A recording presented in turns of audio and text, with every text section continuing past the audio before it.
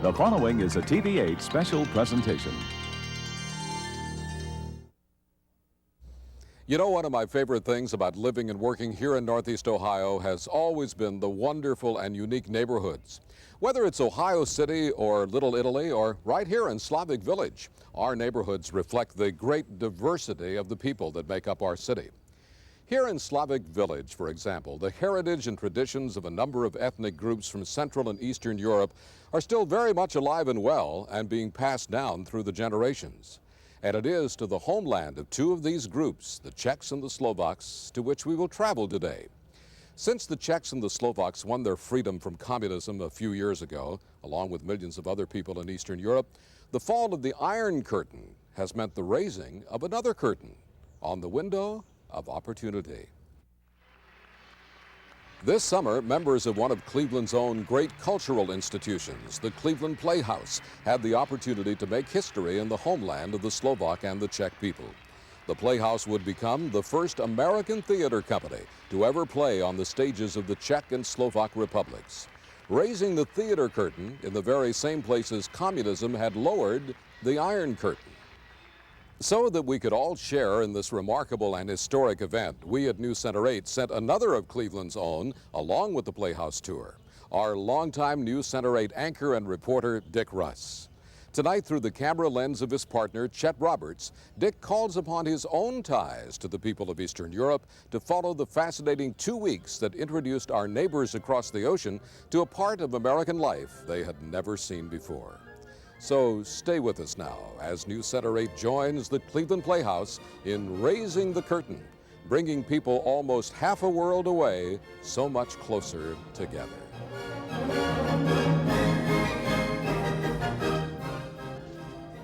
Welcome to one of the most remarkable places in the world today.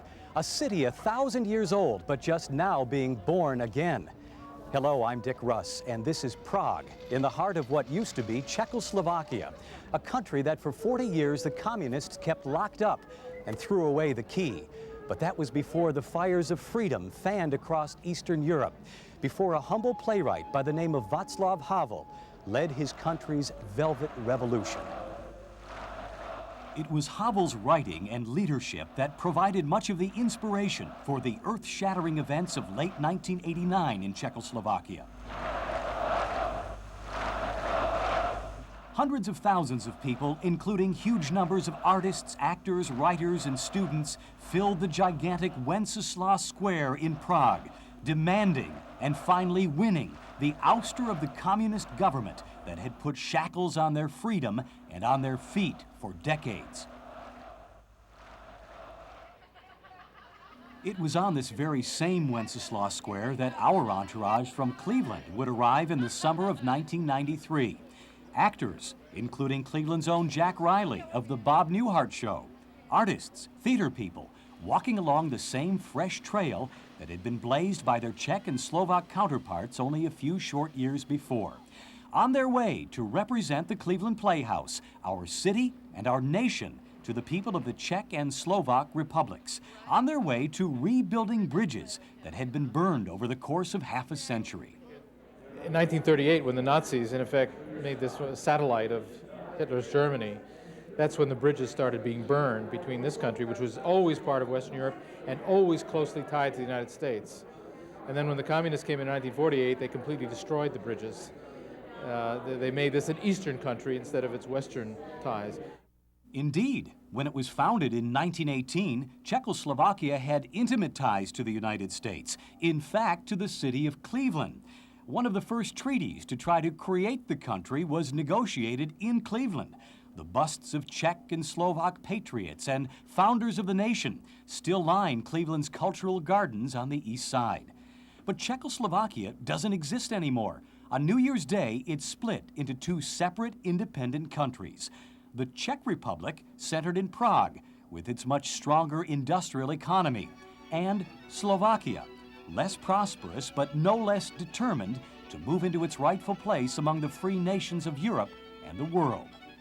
Our journey with the Cleveland Playhouse began in Bratislava, the capital of Slovakia and Cleveland's sister city.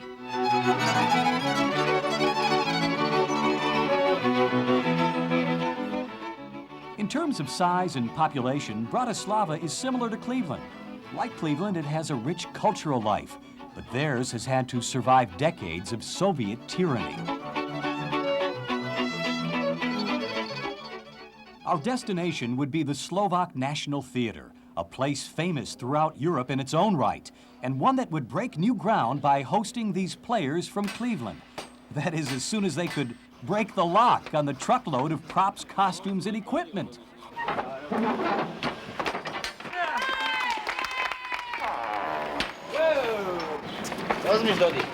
Getting this kind of roadshow rolling has been a goal of the Cleveland Playhouse for a long time.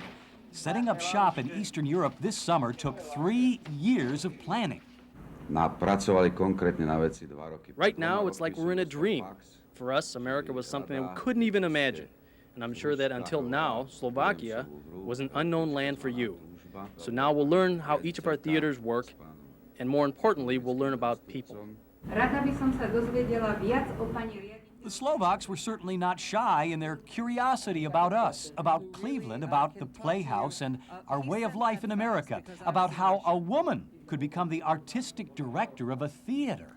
And one of my professors told me women didn't do things like that I should think about being an actress.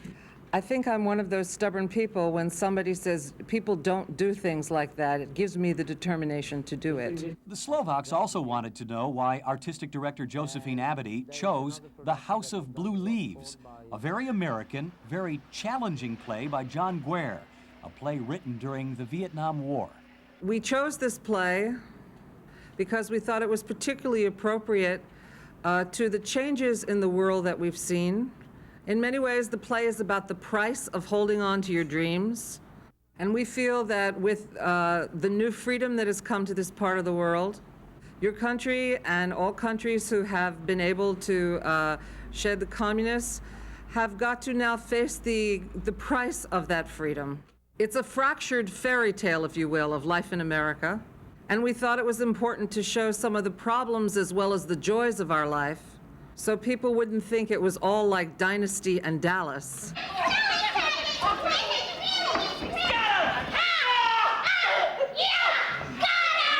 With its exploding nuns, its plot to kill the Pope, and a main character named Bananas, it sure would be tough to confuse this play with Dynasty or Dallas. L.B. Shaughnessy, you are under arrest for being absent without leave. You have the right to remain silent.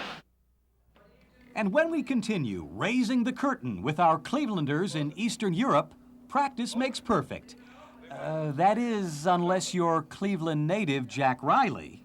See, it's the red or the black. It's like roulette, you know, I put my money on the red. Yeah, and every time you lose, don't you? I do. Yeah, that's what I thought. Leave it open. Okay. Raising the Curtain, presented in part by Society Bank, a sponsor of the Cleveland Playhouse 1993-94 season.